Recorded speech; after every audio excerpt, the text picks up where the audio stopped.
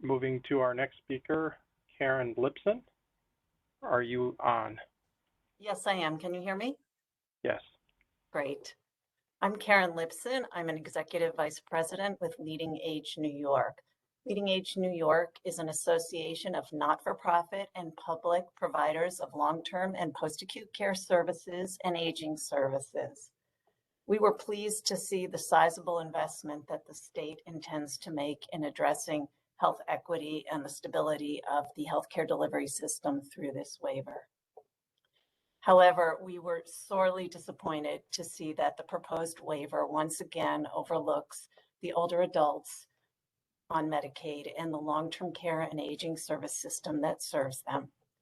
86% of New Yorkers who died of COVID were over age 60, 48,000 people. It is undisputed that older adults were disproportionately hit by COVID. Yet this waiver effectively casts them aside. We saw the same inequity and inattention to older adults and long-term care providers under the prior DSRIP waiver. Only 1.3% of DSRIP funds were allocated to long-term care providers. One lesson from DSRIP is that we need specialized approaches to address the needs of dually eligible older adults and long-term care. Let's not make the same mistake again.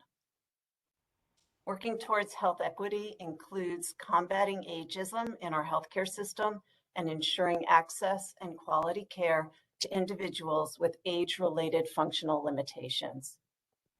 The biggest problem with this waiver from the perspective of dual eligibles and older adults who are overwhelmingly covered by Medicare and Medicaid is its reliance on advanced VBP arrangements to drive the investment in the healthcare system. This approach ignores the bifurcation of funding between Medicare and Medicaid for older adults. It is very challenging to develop advanced VBP arrangements that involve the dually eligible population and incorporate the long-term care system. And that's probably why the proposed waivers discussion of value-based payment does not address dual eligibles or the long-term care beneficiary cohort. VBP will not drive meaningful investment into the long-term care system during the term of this waiver. I want to turn to the social determinants of health. We support the concept of integrating interventions addressing the social determinants of health and health equity into the delivery of health care, and we support regionally driven efforts to ensure that interventions are aligned with community needs.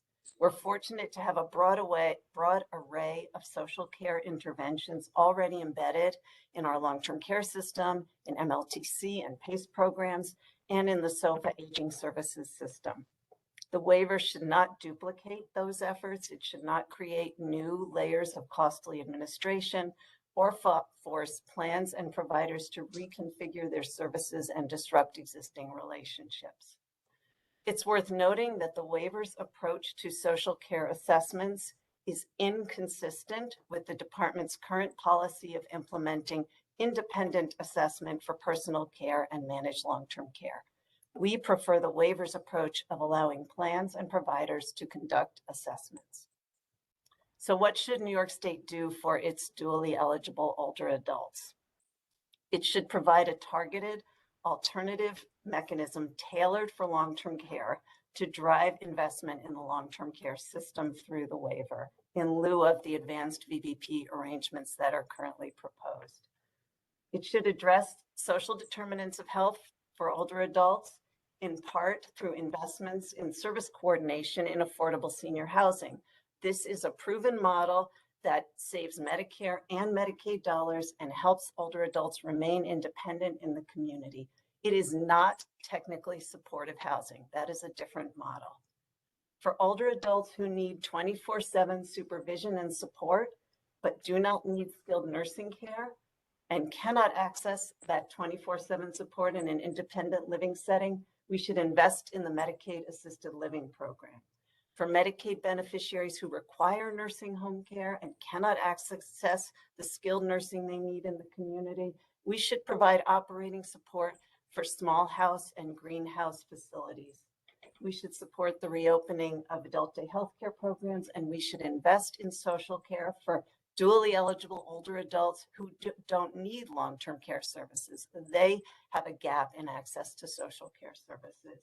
The waiver presents an enormous opportunity for our health system and our long-term care system, and it would be a shame to once again overlook older adults and long-term care.